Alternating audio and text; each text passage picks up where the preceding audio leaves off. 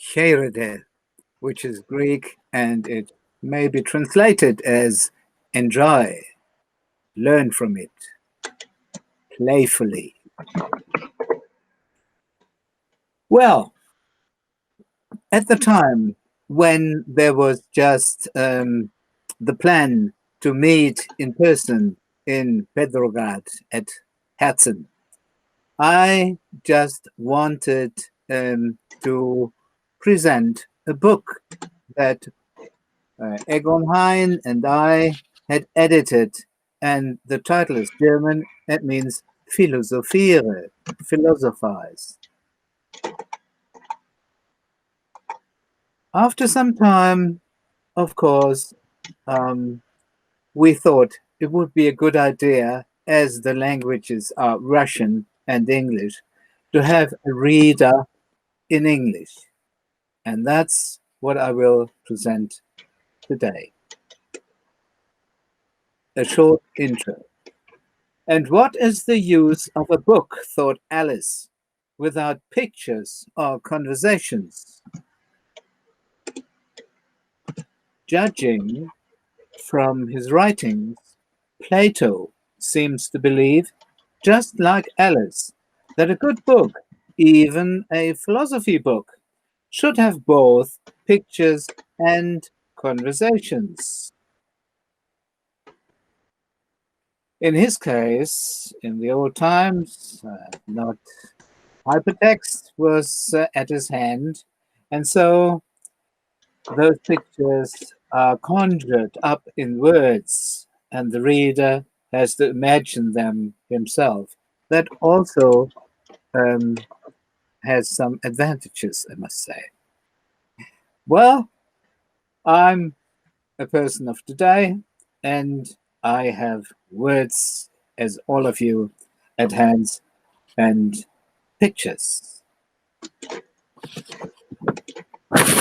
Once in a while, the conversation is interrupted in Plato's dialogues, and then the picture appears. Well, it appears in words.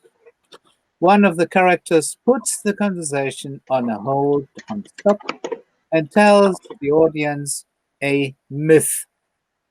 The myths are visual, iconic, one might say. They not only narrate a story, but paint before our mind's eye vivid images. That's from Katalin Parteni, preface Plato's Myths. I get some of these things via academia, and I make some use of it. Doing philosophy, if we do it appropriately, can widen up a wider horizon of life. Coming to you, this will sound familiar. It is a quote from our friend and teacher, Van Lahav. But philosophers, if they live long enough, may change their minds on what it is to do these peculiar things with words, but probably not with words alone. I reckon that most philosophical practitioners see that widening already in present life, and not only in a possible life after the death of the body. Am I wrong?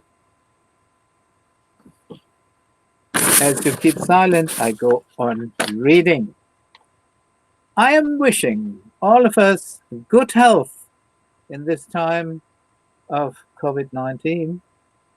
In Plato's Phaedo, we read that Socrates, immediately before he had to drink the cup of poison, another way of going to the other side, he had expressed the astonishing view that a philosopher's soul will think best when liberated from the body.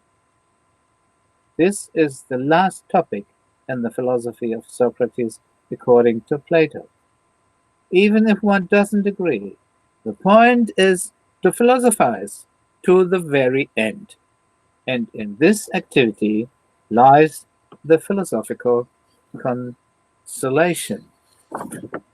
In a narrative philosophy book that came out this spring, Michael Hamper draws our attention to a figure of thought in Kant that was not known to me before. And it has a certain similarity to the last thought of Socrates. In Hamper's words, translated, an infinite and supernatural process of perfection must be conceivable for every human being, at the end of which there is the correspondence of heart and law, authenticity. Only an infinitely continued moral improvement of the soul in a realm beyond space, time, and causality could guarantee the purity of the heart, according to Kant. This is Kant's reasoning for the postulate of practical reason of the immortality of the soul in the age of enlightenment. Is that a modern variation of the bodiless, best-thinking soul of Socrates in Phaedon? As you can imagine, my tendency is, as David Shumicha put it, to make use of corporal action and to engage in a PhiloDrama is one way of doing it. Why do I elaborate this point? If we would be together as planned in Petrograd, I know that you, Carmen, were full of joy to come to Russia. If we would then be on our feet, I propose to do a PhiloDrama, bringing together the sketched questions of a contemporary thinker, number one, Hamper, number two, the father of Aufklärung, enlightenment, Kant, and number three, our timeless philosophical practitioner, Socrates. But we are just virtually here together, which I enjoy also, I must say. I'm beginning to see how good it is without really body traveling, with all crossing borders and risking to be another patient of COVID-19. So we just sit here. In my case, I take a swim in between, and well, I'm now turning to the interactive reader.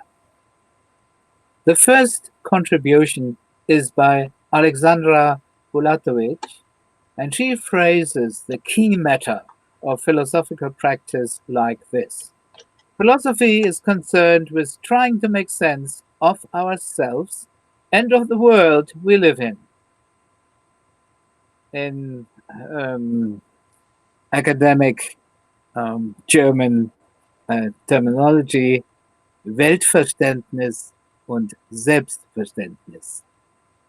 Understanding the world and understanding ourselves. However, Alex goes on, contemporary academic philosophy is often still too removed from the everyday concerns of ordinary people. That this is not totally the case are the studies which have been just presented now in the Poetius project, and I'm happy about it.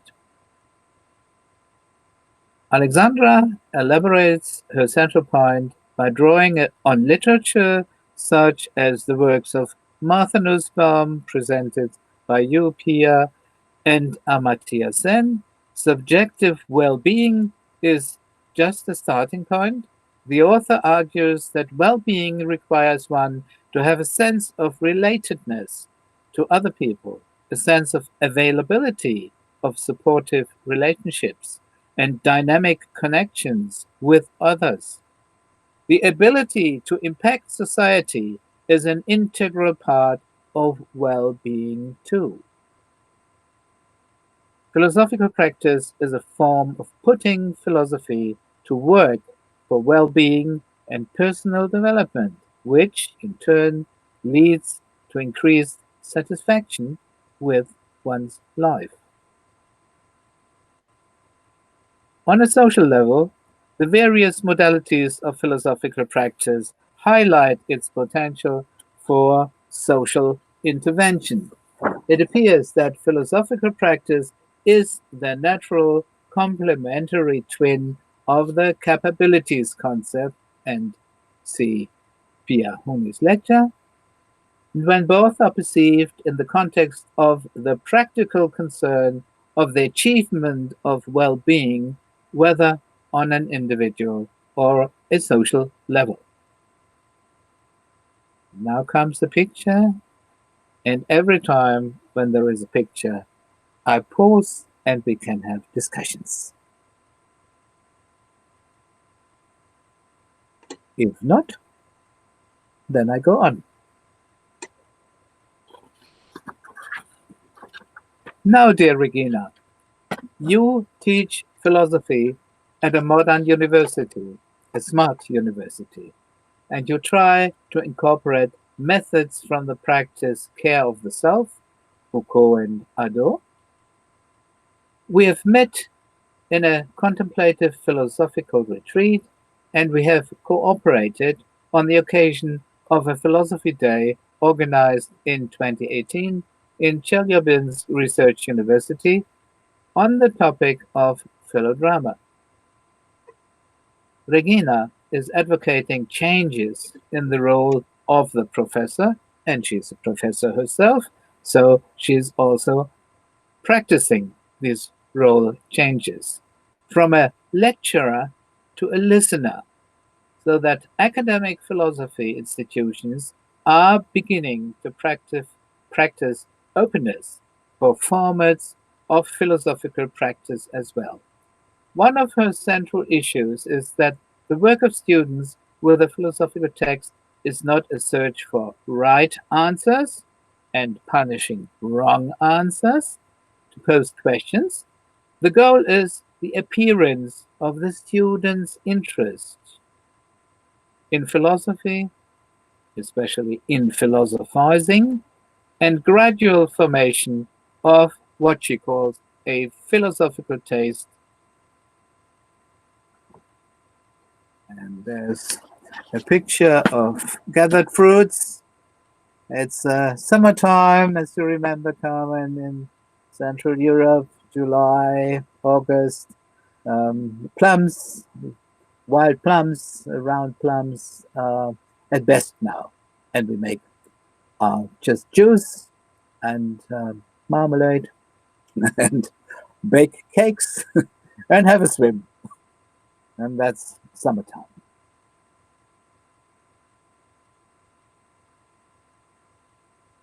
Almost conversation. Doing philosophy together.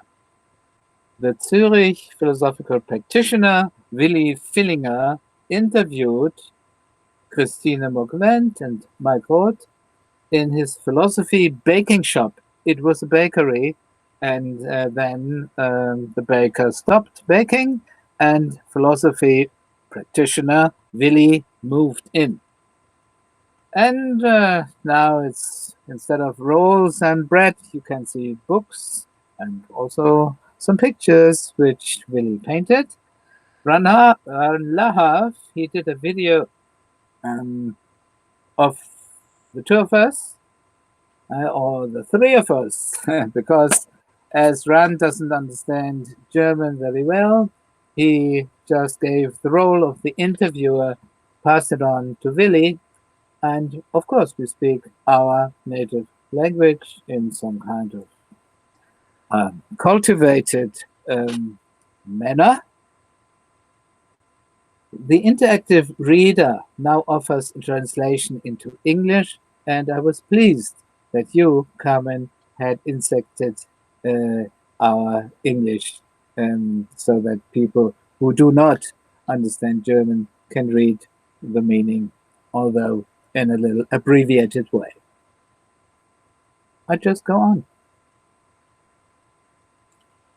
Seeing and interpretation is another contribution, mainly by my friend Neil Horne. I think he has not turned up because it's 2:30 in the morning in Australia now. Neil Horne was a student activist at the Department of General Philosophy when I was a visiting lecturer at the University of Sydney, and that's a while ago. Now he lives in a rainforest remnant close to the northern coast of New South Wales and Queensland. We have been teaching each other, enjoying our company ever since. Neil is also drawing. Wittgenstein's very famous Hasenente or duck rabbit is just one animal, a loner, just without any contact. Of course, there's a point which comes from Gestalt philosophy or Gestalt psychology, and Wittgenstein, in his way, found it. Actually, it's in an article called Mind's Eye, and so it appears again. And there's a trendy version of this philosopher's shirt. You may have seen advertising about it. There, the head has become a line drawing of a whole body, scientifically framed by a vertical and a horizontal arrow. And in words, it means look this way and see a rabbit, look that way and see a duck. Are you puzzled? You should be. Now, please look at the next picture. Yeah. This is an American picture. It's from the Grand Union Canal, Leamington, and there's the source. And I have inserted the D or head from Jastrow of the year 1901. And now you may ask yourself, together with me, what changes when the dialogical dimension of action is opened up in the image by switching from the singular, as Jastrow and following him also Wittgenstein did, to a pictorial plural. Neil practices the minimalist format of a repeated figure in slight variations. Can you see this one here? That's just fruit of the Banksia, Australia. And he's normally painting figures like birds or fish, snakes, leaves, blossoms, nuts. And he places a number of them here in relation to one another, being in social interaction. Anything to learn from this for drawing performance in philosophical practice? Do we understand a bit of Ludwig Wittgenstein's philosophizing better now? Are we having ground to also question him? And again, I offer a break for discussion. And again, I go on. The reader brings a short notice concerning a Philo ritual under the direction of Albert Hofmann. He's another one from the Philo Praxis group in Switzerland, and he was very active at our ICPP in Bern in the year 16. The ritual is about philosophical questions and philosophical answers. And they are dealt with in a ritualized procedure, which is quite funny. Although, and you can show the picture now, please, Although the setting is playful, the people playing along were surprisingly serious. This event took place in a seminar at the University of Constance on different formats of philosophical practice. And again, you can see some of us have the possibility to open up in the realm of our freedom of teaching, open up our activities in the university to formats of philosophical practice.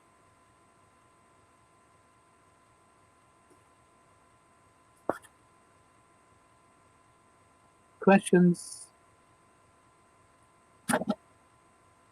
Penner, Roth, and Christine Mok-Wendt throw a few spotlights on the format PhiloDrama.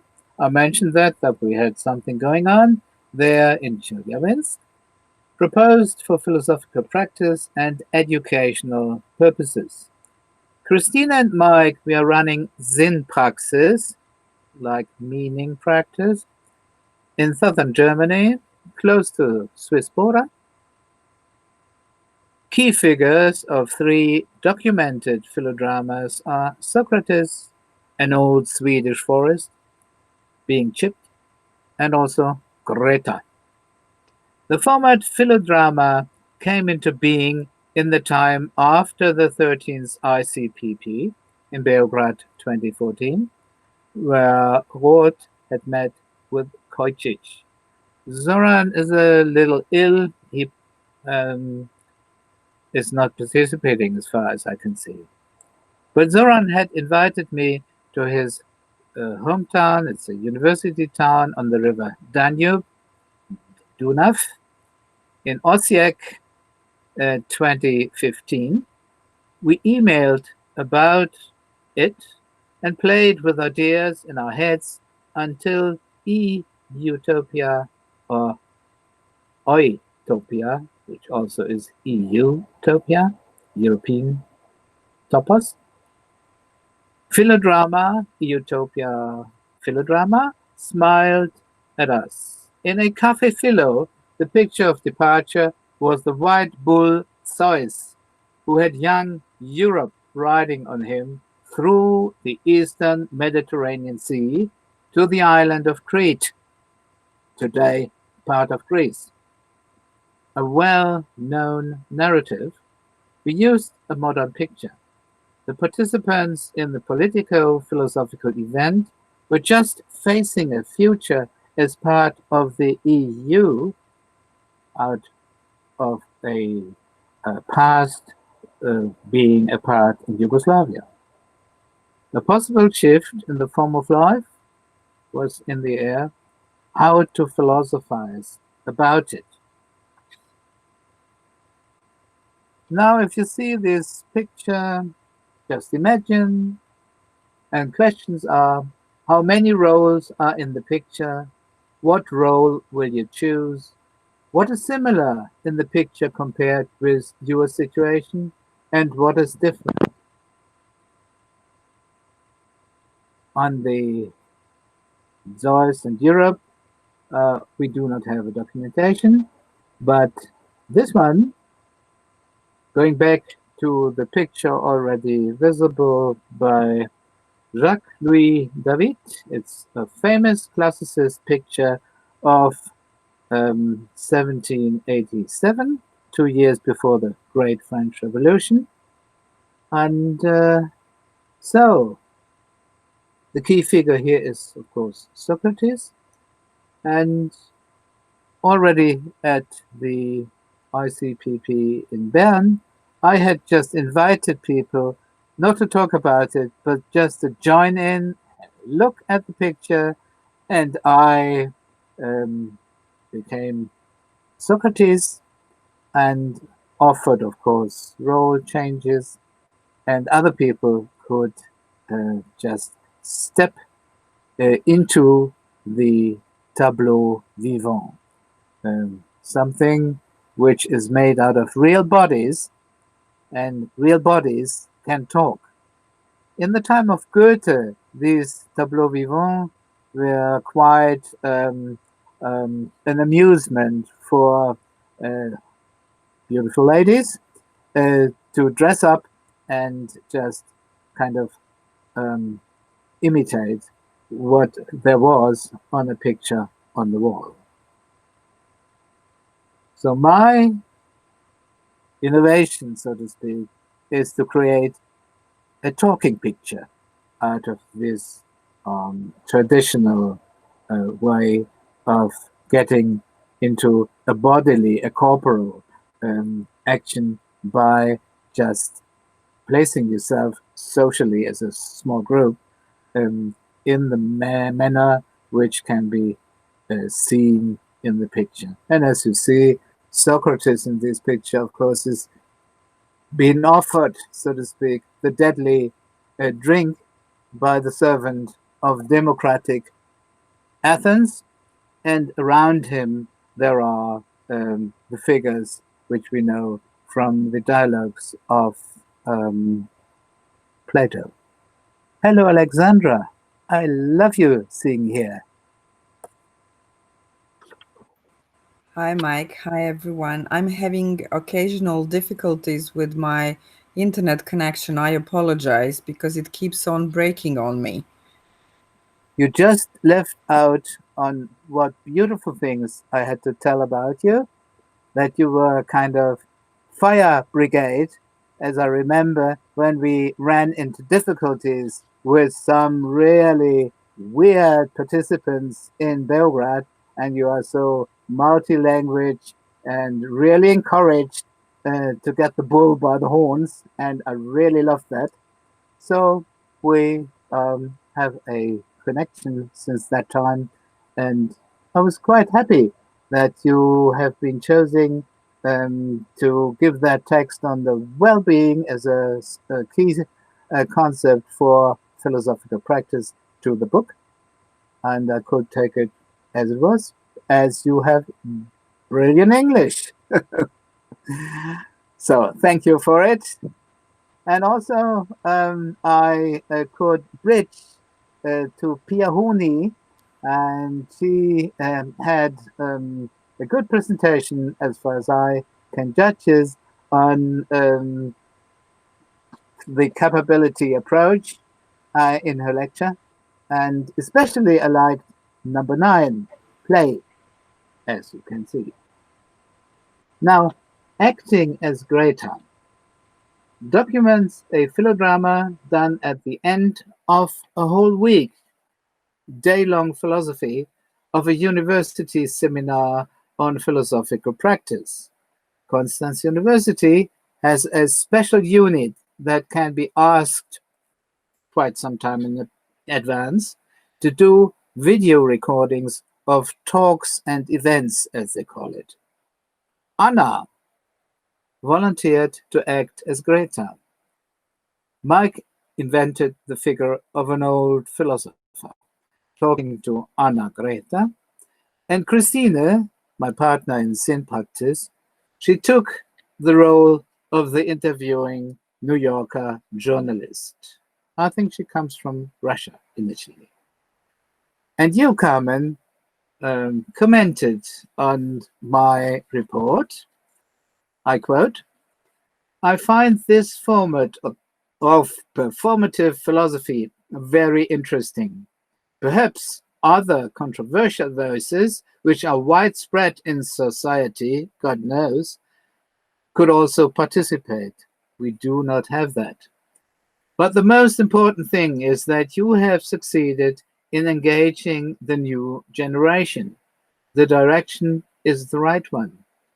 I was very pleased to see how philosophical practice again takes care of the people in society in a performative way. And also, I understand what Greta does as performative philosophy. Philosophy only for a few intellectuals, says Carmen Zavala, makes little sense. For too long, one almost kept silent about what is necessary to say. The house is on fire. Greta, when she was younger, had stopped talking. She actually suffered in her school by being just not really dealt with in a friendly manner by her mates. But after a period of silence and also after a period of not eating, she also began to speak again, and she does so publicly and was listened to, at least in the time before Corona. Greta, the youngster from Sweden, has been brought to my attention by that interview in the New Yorker in the autumn of 2018. For details, see the few spotlights. Together with Christina Mok-W and the first-year student, Anna, it was possible to try a Greta PhiloDrama in February 2019.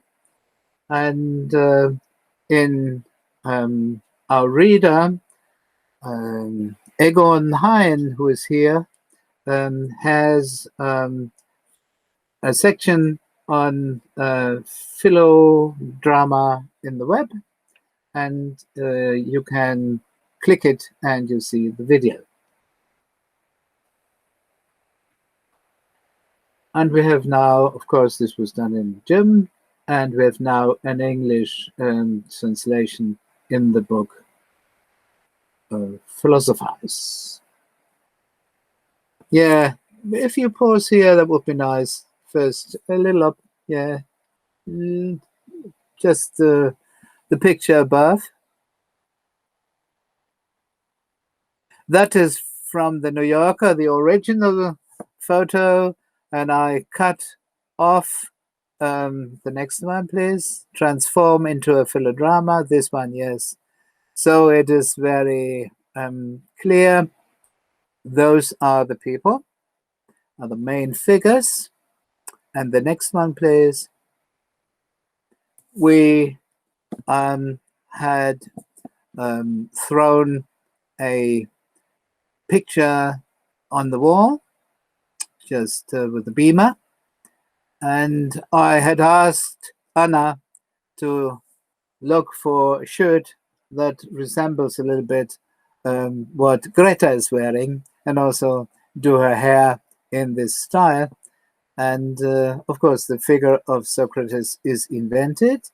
And a point in this PhiloDrama is that I introduce myself and say, well, what you experience sounds similar to my life. I am Socrates. We both have something in common. And Greta, what? Yes, I think that's a good time for discussion. And there's more to the book if you want later on. I think it's interesting that performative philosophy, things like this with the PhiloDrama, is not applied much in among practitioners. I think practitioners, most of practitioners prefer to work in a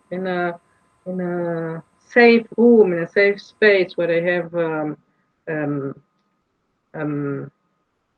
where they manage the situation, and their fear a bit to go out and work in the outside spaces where they don't have complete control of what is going to happen. But I think the challenge of philosophy is precisely to work with reality how it is, where you don't have the control, because that is reality, there where you don't have the control.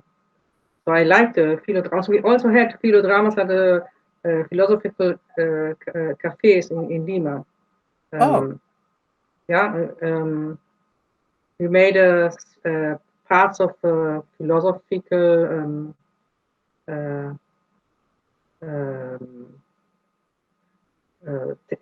drama of a Peruvian philosopher and we put that on.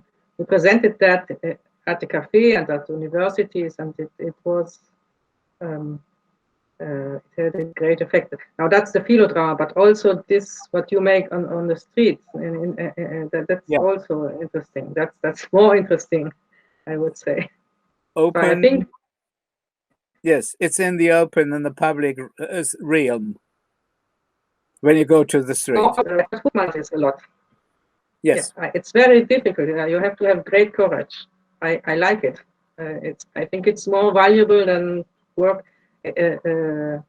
Just in a closed space where you manage everything. I see. Pia?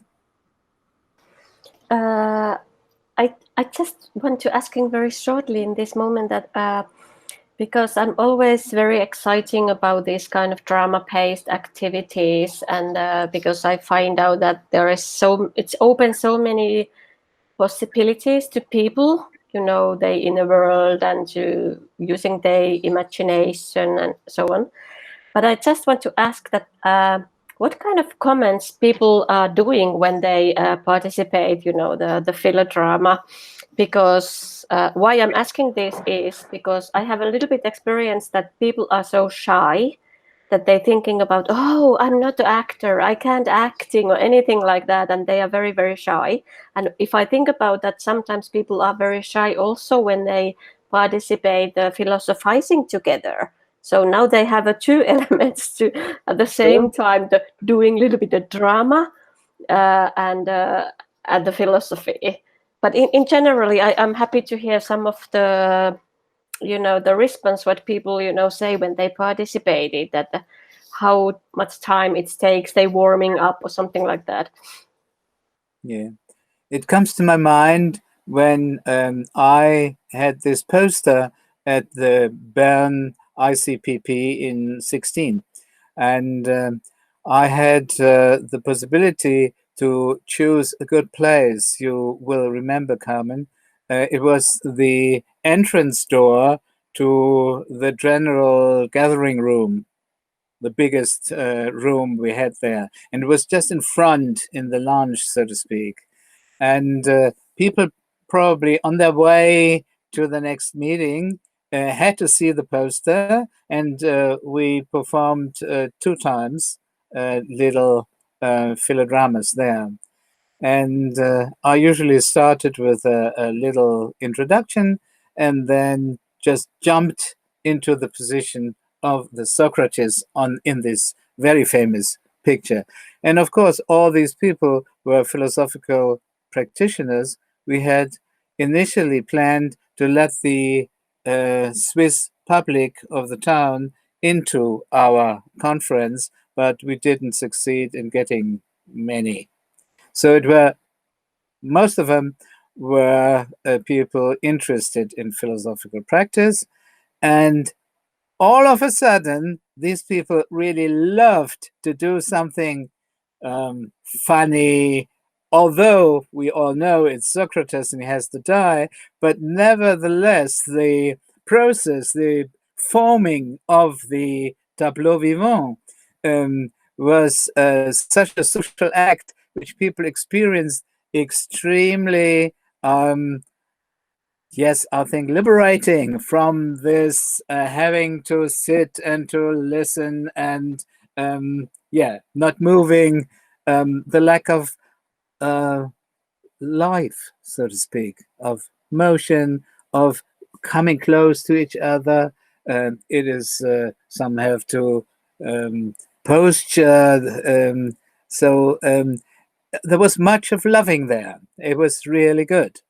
And so I haven't heard somebody else doing it, but as I showed with this colleague Hofmann, he is also doing something similar, also with little puppies, which he can put on the finger and say, so this is Schopenhauer. And then he starts raving in the Schopenhauer manner, and somebody else has another figure, and so they do it on the streets. And so he is really courageous.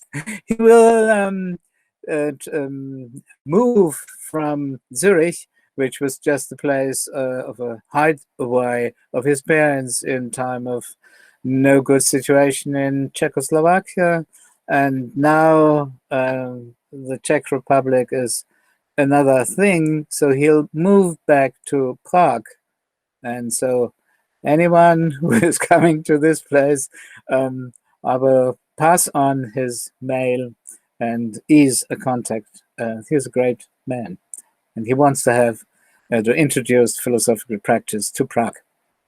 With the shyness in connection to having a theater in a way of improv theater published, maybe shy out of different reasons. One student said, I'm taking a low profile on being visible in the internet. And I respect that, of course. But Anna, she is just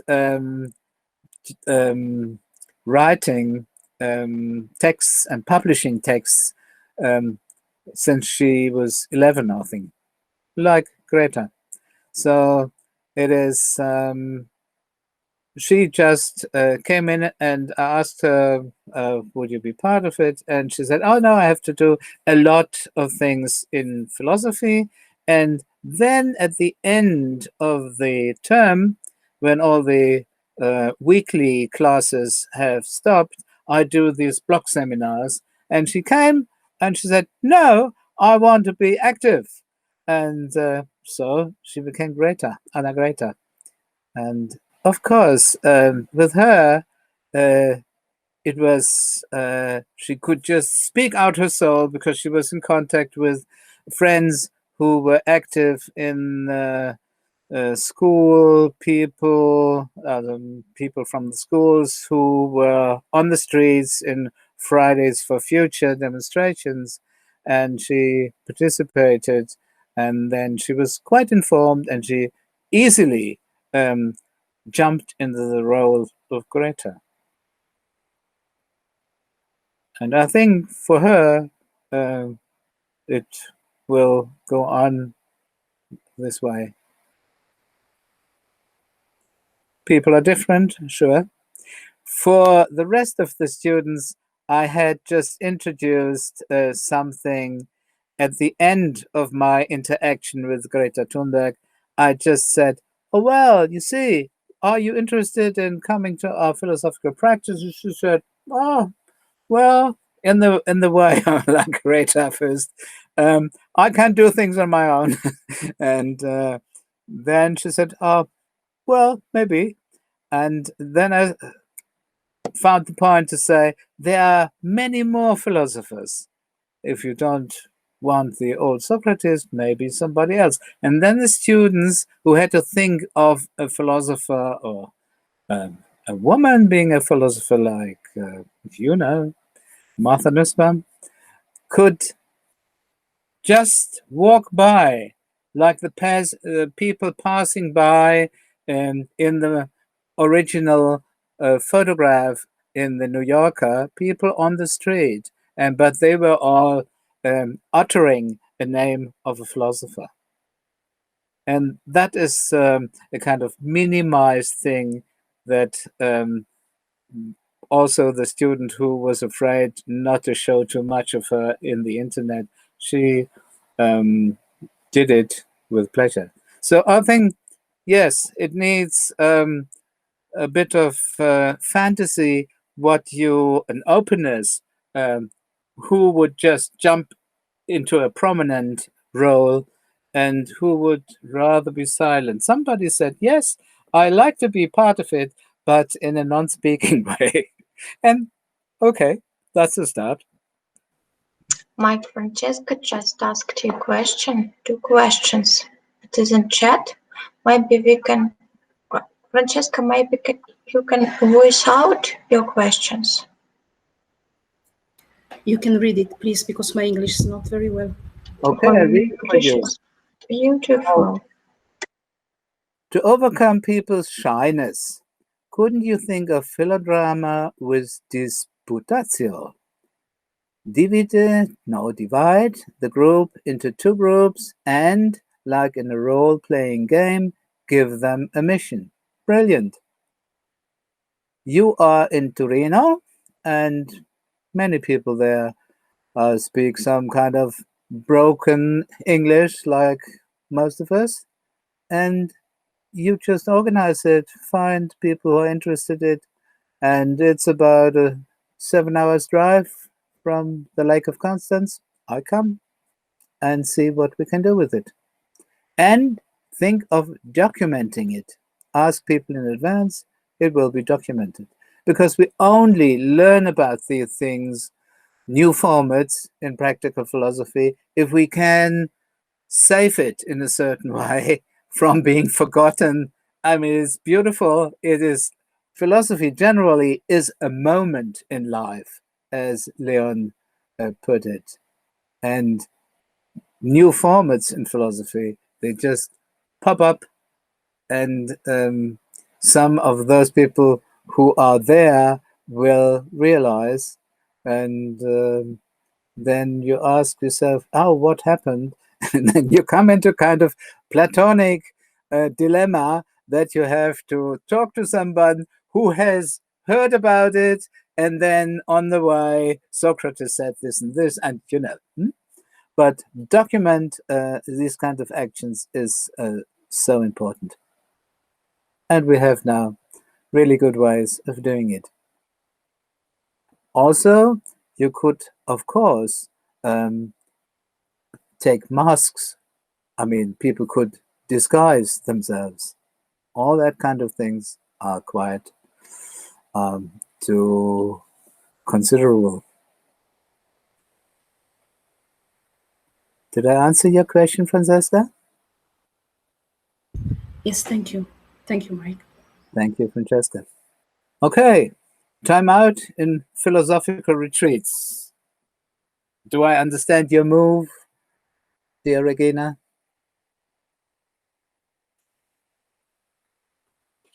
Mike, who is also a folkbird,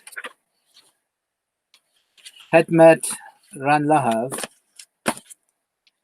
at the mentioned 13th ICPP, where also Alexandra was in a central position next to Sasha Fatic in Serbia. And there, Ran announced publicly and also started at once his project of interviewing philosophical practitioners for philopractice.org. And you can see and hear, for example, what has been also been given, I think, by Egon Hein. That's the streaming there, but there's also a link to, well, you find it easily. We had it. Ran and I started our working contact around the organization of the ICPP in Bern. And I must say, in this tune or tone of a personal narrative, those ICPPs in Belgrade, in Bern, and now, they have really inspired me and brought this project a bit on its way. From the following years, I'm recalling 3 experiences of contemplative philosophical retreats, about which I report in my participants' perspective, to document a rediscovered format, Retiro, geistige Übungen, mental or spiritual practices. Now, if you please move on to this picture. I found this picture under the mat. In the morning, I am an early bird, so I open doors. Oh, there's Egon Hein who gives the link. You can see it here for those who want to go into it. It was a carved stone, and it was covered by, yes, a dirty mat. And I removed the mat just to get the dirt away, not to bring all the dirt into the house. And then this smiled at me. And when the moon stood still in Liguria is my comment on it. And of course, it's not only the moon, but it's the sun and the moon. Which one is the sun? Which one is the moon? What do you think? It's marble. And of course, none of you were there, so you just have this picture. Okay, just think about it, and we go on. Coming closer, the road now begins to climb, and you are on the side of a steep hillside with woods and bush on both sides. To the right, you can see the sea. And almost immediately, there is a descent with meadows on both sides. Just when the road bends to the left, you'll see a large beech tree. Seeing this, I knew it by heart. We were there. Ran had just persuaded me to bring a student from Innsbruck. She's German, and she studied psychology in Innsbruck, Christina Hirschlein, and so we were there. Another just outline of this thing you can read by Michele Zese in a book edited by Ran Lahav. And this Michele Zese, he reported, when I finally found the place, so it was a little hard, you can see, I was impressed by the peaceful atmosphere.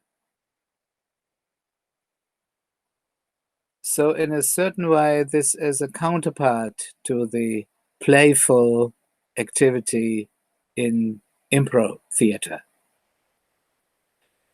Ran Lahav's daily schedule for the 4 days of the retreat listed quiet time between sessions. So it reminds of monasteries, and some of his forming of ideas actually came from him being a guest in a monastery. He helpfully interfered when noticing participants falling out of silencio. When this had happened to 2 of us, and I was one of them, the reaction was twofold. One said, "You're right," and the other one, "But isn't it quite natural that we want to know who the other person is?" This was an important quarrel, and it generally helped us, together with the Max Picard quote that Ren had circulated in advance together with texts of 11 other authors, to value silence in a manner which is in contrast to the natural procedure of polite chatting. I had followed Ren when he left the house with an empty iron carrier for coal. It was fresh. I took over from him the responsibility of warming the house, putting coal in the fireplace later in the evening and early in the morning. And I smiled when I could do this without too much noise. When re-entering the warm house, just as Sunday began, I found Ran, who had just boiled water for coffee or tea. He had in mind to pass on the position of guiding through the next session to someone else, generously giving others the possibility to grow into the role of the facilitator, and at the same time opening up for himself the complementary position to experience the procedures he describes in Handbook of Philosophical Contemplative Companionships, Principles, Procedures, Exercises, in the position of an ordinary participant. The warming up in the group had happened on Friday and Saturday already. As initial centering exercise, as he calls it, I proposed and I performed a breathing in, left nostril cold, and breathing out, right nostril warm exercise, inspired by the Indian Yoga Nidra. I hinted at the sky above us when breathing in, and hinted at the warm ground under our feet, like having roots down into the earth. And I mentioned the common atmosphere floating within every one of us and between us, transporting our voices in the next phase. The text was Martin Buber from the 20s, Ich und Du, which Ran Lahav had put under the heading I it and I you. I am just repeating the first lines here in a slight modification. The text took on different forms during our precious speaking exercise. Quote, the world is twofold for us according to our twofold attitude. Our attitude is twofold according to two words we speak, and the basic words are not single words, but words in pairs. One basic pair is I, you, and the other I, it. And my comment, this is basic, but this basic word doesn't change when the it is a person, he or she. Therefore, our I is also twofold, that's in the original, because the I of I, you is different from the I of I, it. And something just omitted here, the basic word I, you can only be spoken with one's whole being. Our analytical philosophy will probably question what's that. The basic word of I, it can never be spoken with one's whole being. This is the thousand things. There's no I by itself, but only the I of I, you, and of I, the I of I, it. So it's a bit hard to just preach this one, I'd say, without getting into trouble. But if you can read it before your eyes, if we have the possibility here, it might be accomplished. The text passage from Buber in the handout is longer, but I initially read just this. We then read these lines sentence by sentence and one after the other in precious speaking. There was no fixed number of repetitions, and as people had a slightly differing version before their eyes in comparison to what I said, they sometimes read exactly what was written. Some participants rephrased, but all happened very cautiously. We took the time for philosophical chanting and resonated Buber's initial writing. Some of us were obviously very moved and were speaking from a developed inner depth. A companion had been moved so much that she stopped after I, and it took quite a while until she could pronounce and speak you. In the next round, she finished the complete last sentence in a firm voice. After those rounds of repeating Buber, in variations and precious speaking, I had paused when it was my turn to go on reading Buber. There is no I, and out of a concentrated silencio among us, I opened the round of the following procedure. What word does silence speak to you now?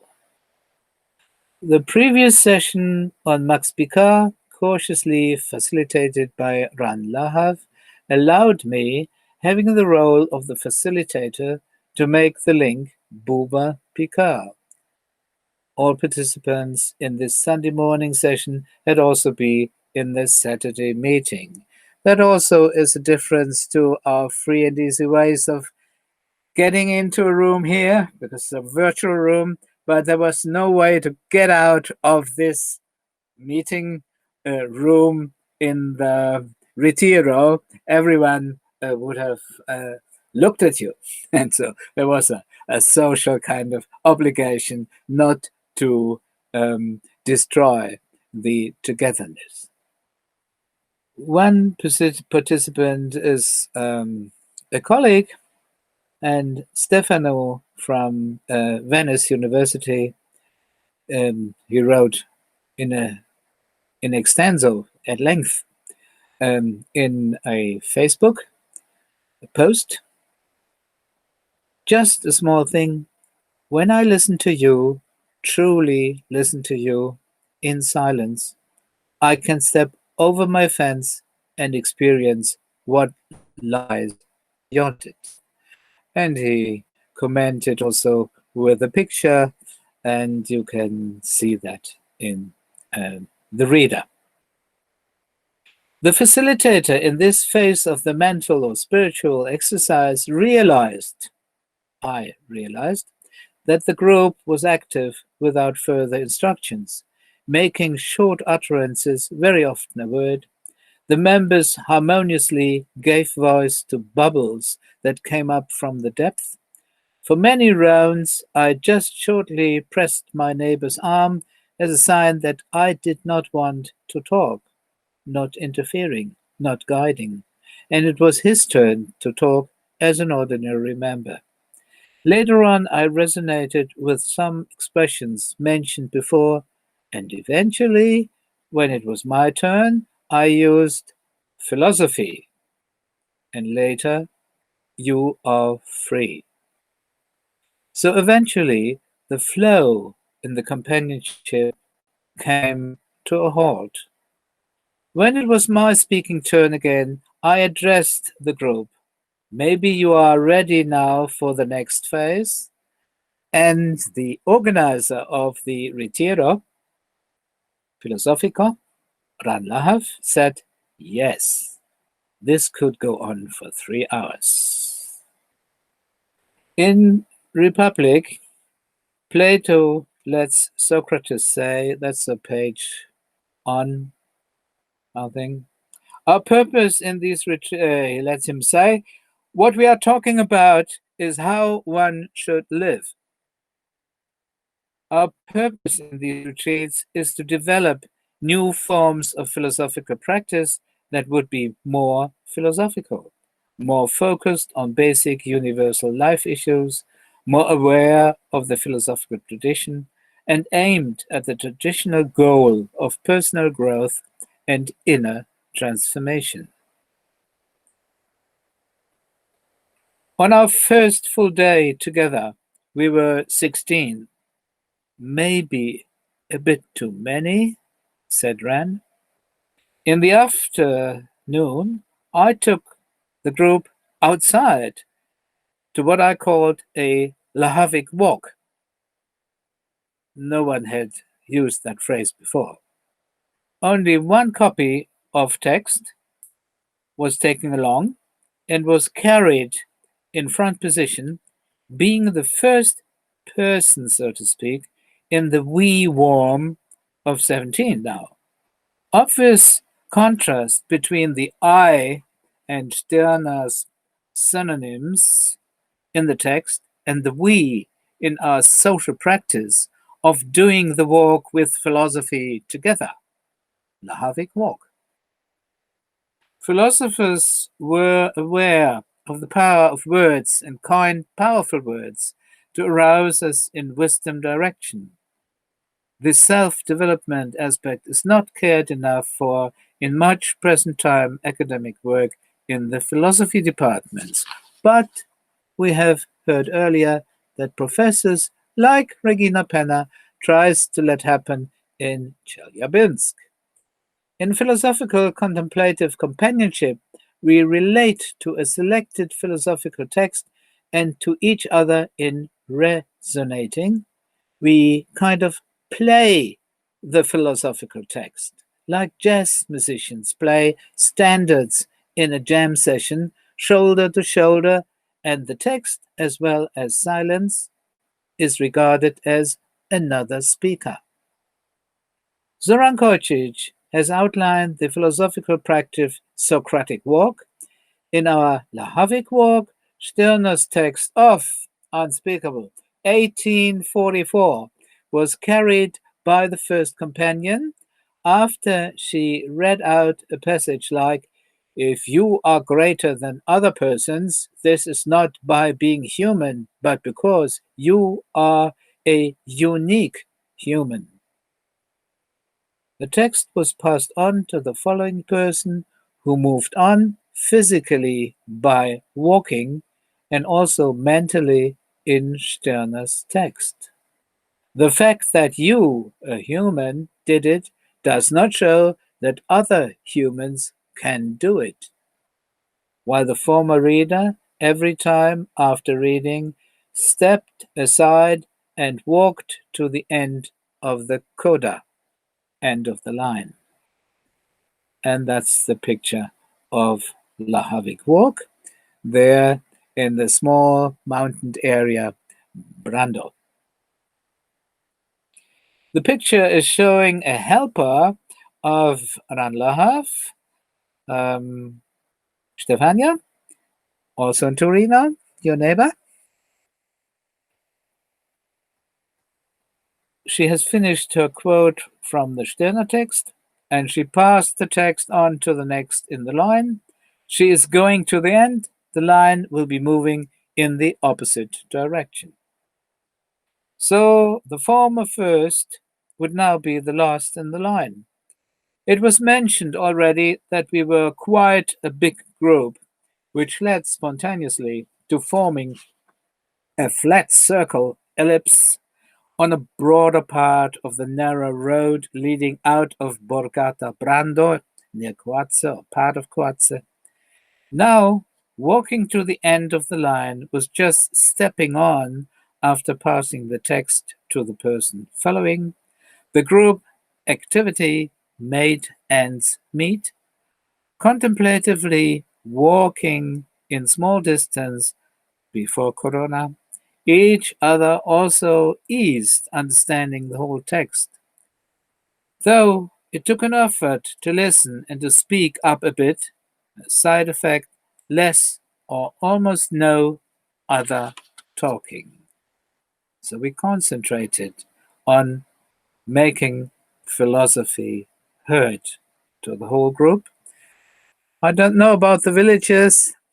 There were not many around, so it was not a kind of city performance, but it was an open space performance. And of course, you could practice that kind of things in other topoi, other places. After a while, I made the procession change the procedure. The main direction became back to the house, and the text now was with the last person in the long, straight line of walking companions, and everybody held their position, but the text wandered from the back, from where initially Giovanna clearly shouted out, to the front, "No concepts express me. Nothing that is described as my essence summarizes me." I love that bit. She was really into it. And I think I was I was far away, but it was so. She is an actress. I found out now. And I pause here again. Take your time. that is very small here, but I think it reads, text on the left, my thing is based on nothing. Text on the right, and all the world belongs to me. German idealism, some of the contemporaries not so fond of it, but it expresses, of course, Central European late Romantic idealism. Pre-runners, so to speak, of existential philosophy, existentialist. Well, as Zoran Kojčić had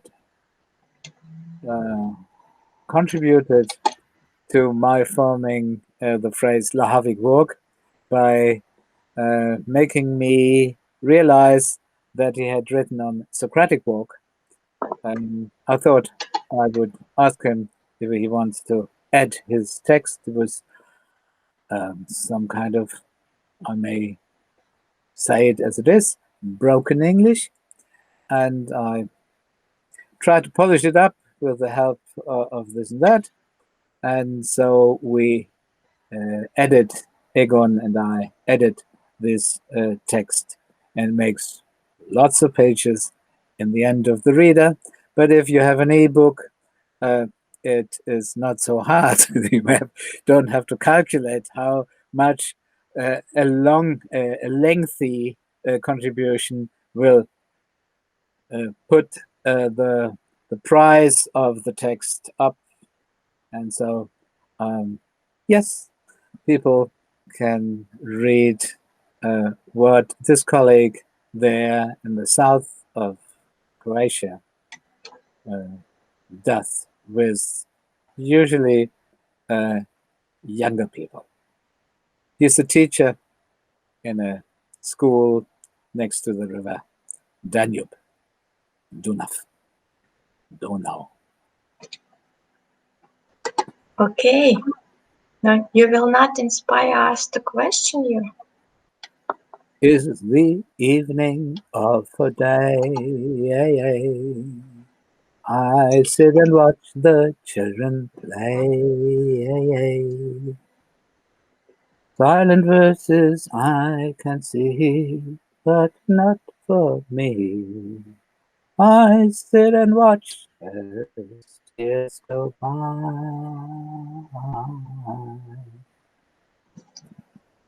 Piece of PhiloDrama and the lullaby. I just want to thanks, Mike. That was wonderful presentation. I was also, a little bit like a meditative, the position by myself, which is wonderful.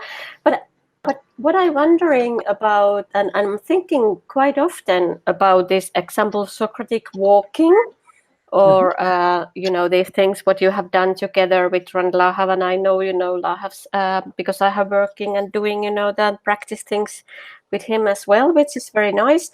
I'm wondering because in the big sense of philosophy for us is only for here, that we are using like a head, we are thinking, and we're putting that that's the part of our body which is working.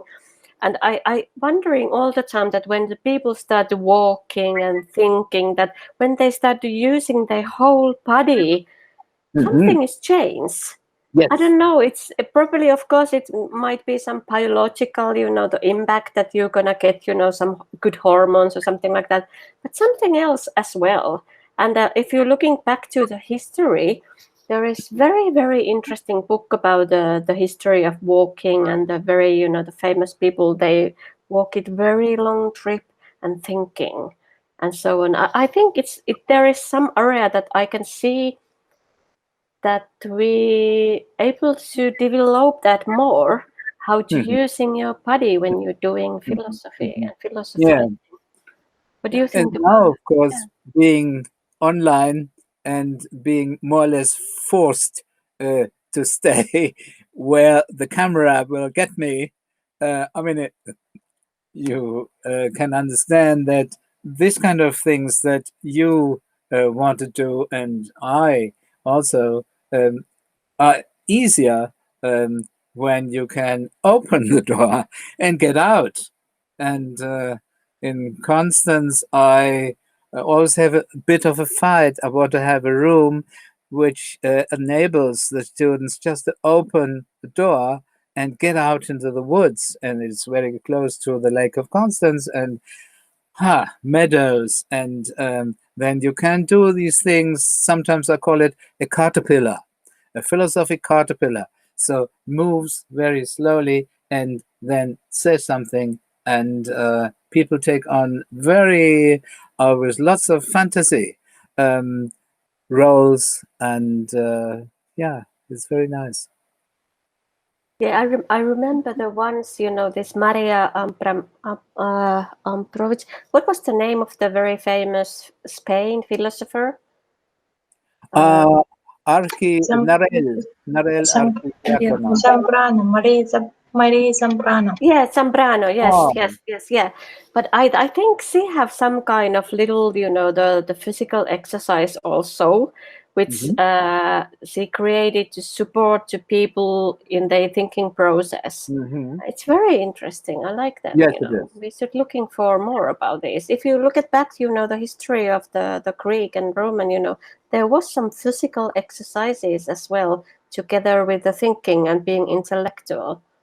I think, but we forget it then maybe too much. And of course, in a multi-language situation, movements are understood directly by all of us, each of us.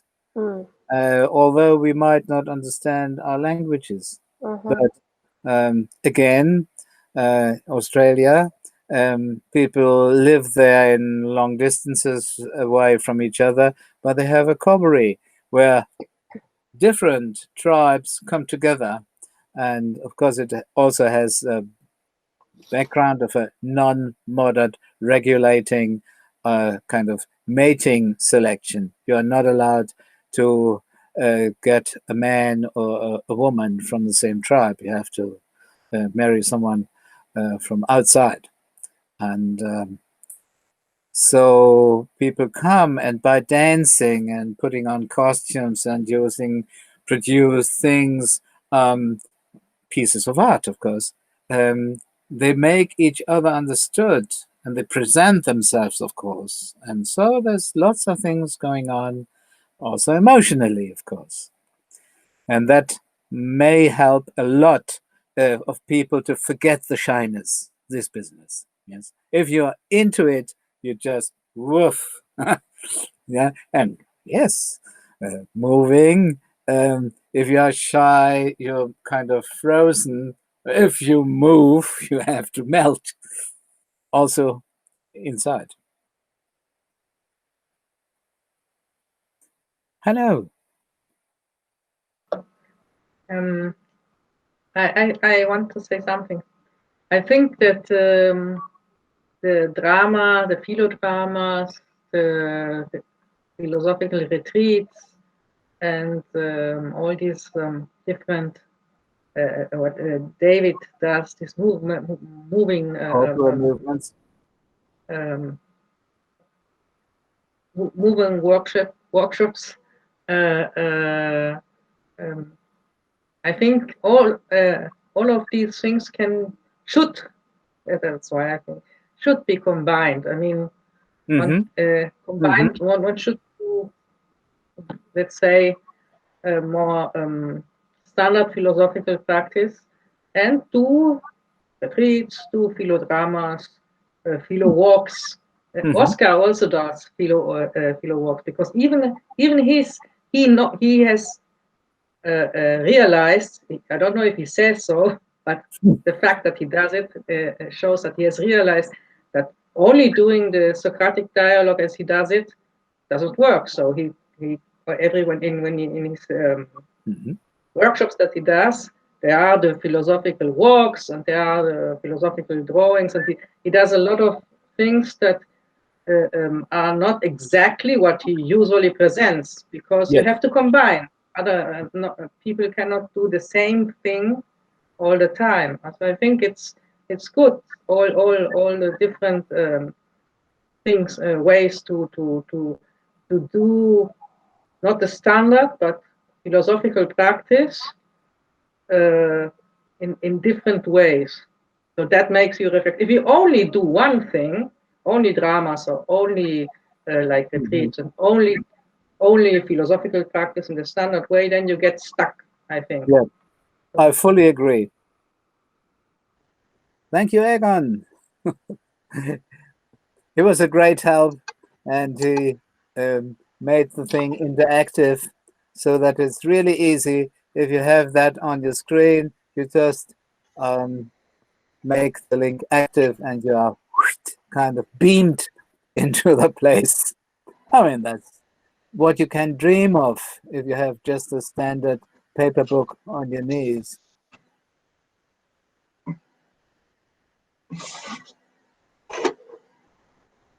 Yeah, Carmen, I think next time we should try to cooperate on such a bringing different formats together. I think it would be just a good thing. Just think about it and just get into combine things.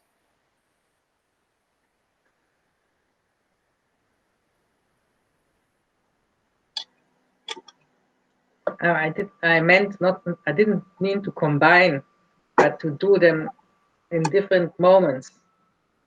Oh, yes. Of our lives. Aha. Yes, of course.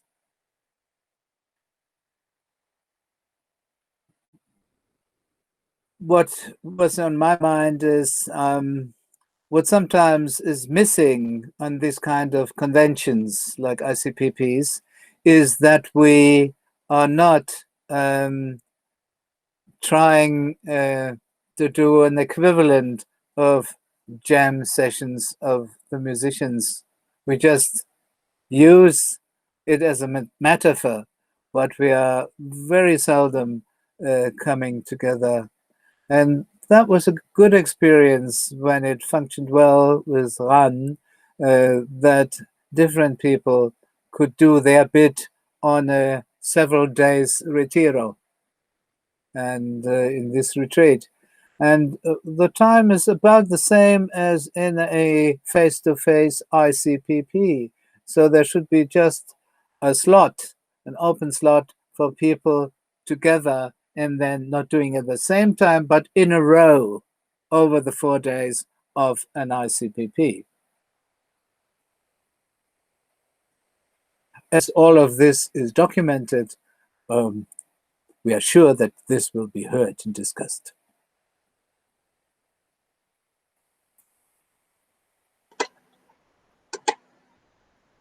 Okay, Mike, thank you very much. I thank you. Wonderful closing of the third day of our conference. And now I wish that you have somebody who cooks for you. Yeah, it will be good. Yes. You all are too tired to cook for yourself? I'm fine. I do not. Alexandra?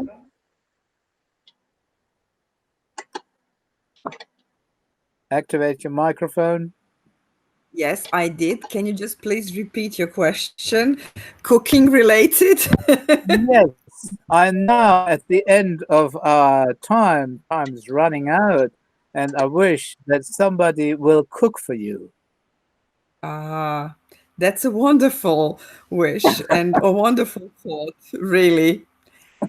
However, right now it is basically, I'm afraid, what I can manage to make for myself or buy as a takeaway. That's what I can get. I cannot even deliver because I'm in the countryside and they don't do much delivering here food-wise. But I can sometimes take something as a takeaway if I go downtown. But more or less, I cook most days. It's really not that bad. I mean, cooking is just that My son has been diagnosed with diabetes last year, and he's still using this old type of insulin that takes many meals during the day. So if it would be only preparing like regular meals, I would settle with that anytime now. But this is really frustrating because it's like sometimes I feel that I cannot do anything because I just start to think and then it's already some meal time, you know, that I have to prepare. He's still quite young, so he's relying on me. And I'm a single parent, so really there's no much assistance in that area, I'm afraid. But anyway, I think there's really something very, very related to being able to connect to another person in this idea of somebody making a meal for you. I'm sure that every one of us who are now discussing online this can remember at least one person that is capable of giving you a glass of water that tastes sweet. You know that feeling. And there's this great literary piece and also a movie like I don't know if you're familiar with it. It's the title is As Water for Chocolate. Oh. Does anyone knows that? No. It's a novel that was used. It's a novel that was used later on as a script for a wonderful movie.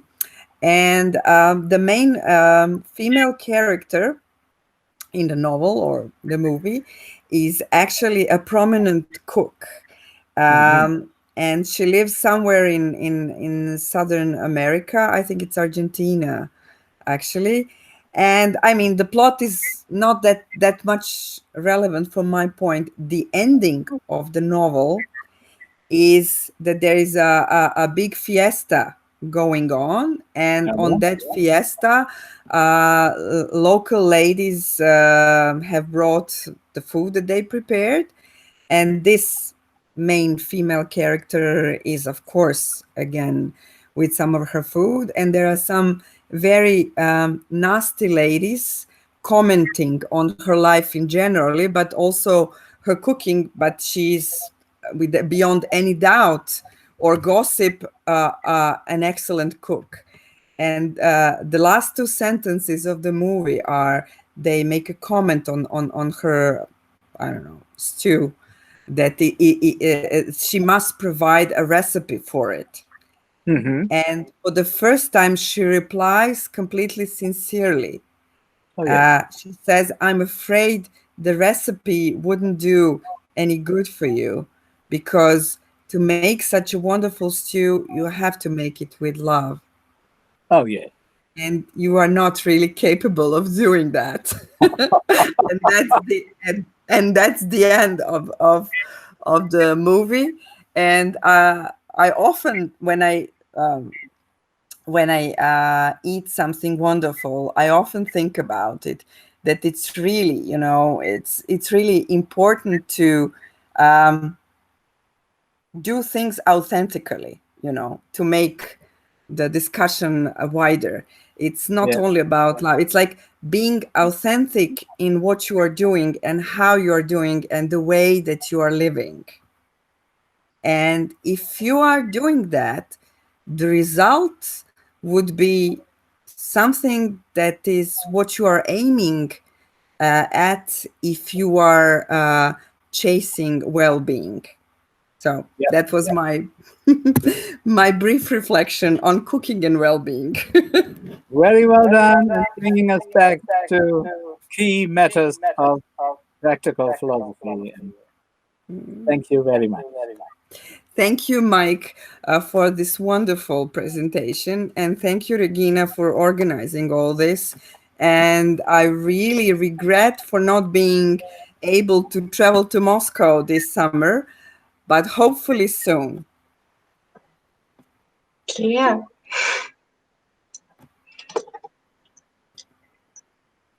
Next year Well, we will do it yes. in person. For sure. Okay, I think Okay. we are all of us a little bit tired. Yeah. Mike, it was wonderful. Thank you very much. Thank you Thank very you. much, beautiful participants. It was really Thank you. great. Thank you. Great. Thank you. Yes. Goodbye. Bye Goodbye. bye. Bye. Bye. Bye.